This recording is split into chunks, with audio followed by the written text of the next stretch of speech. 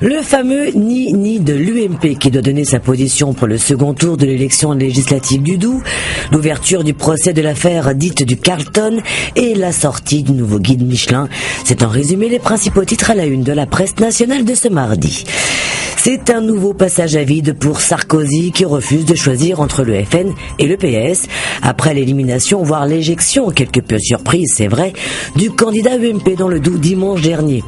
Explication de texte du Figaro, l'UMP refuse le piège du Front républicain, car selon un sondage de l'IFOP que le quotidien brandit comme preuve à l'appui, à 67%, ce sont les sympathisants eux-mêmes qui souhaitent que le parti n'appelle à voter ni pour le PS, ni pour le FN. Oui, mais pas tous, parce qu'Alain Juppé, quant à lui, a fait savoir qu'en son âme et conscience, il voterait pour le candidat socialiste, tout comme NKM, quitte à surprendre.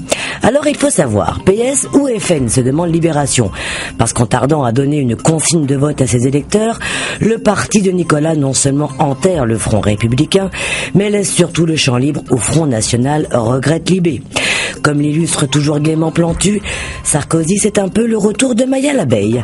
Mais sur ce coup-là, il va falloir se mouiller parce que c'est l'heure des choix, comme le rappelle aujourd'hui en France. Mouillés jusqu'à l'eau s'ils le sont déjà les 14 prévenus dans l'affaire dite du Carlton qui comparaissent pour proxénétisme aggravé, dont DSK. Un procès plus que croustillant et qui met les médias dans tous leurs états. Ils étaient des centaines de journalistes hier à Lille à se presser aux portes du tribunal. Mais vous avez le temps, chers confrères, de trouver le bon mot ou encore la phrase choc. La demande de huis clos a été rejetée et le procès risque de durer. Allez, passons aux choses sérieuses. Pour la première fois, le guide Michelin a révélé son palmarès au Quai d'Orsay parce que, et c'est le ministre des Affaires étrangères Laurent Fabius qui l'a dit, la gastronomie est un ambassadeur extraordinaire. Encore une histoire de cuisine interne qui m'échappe.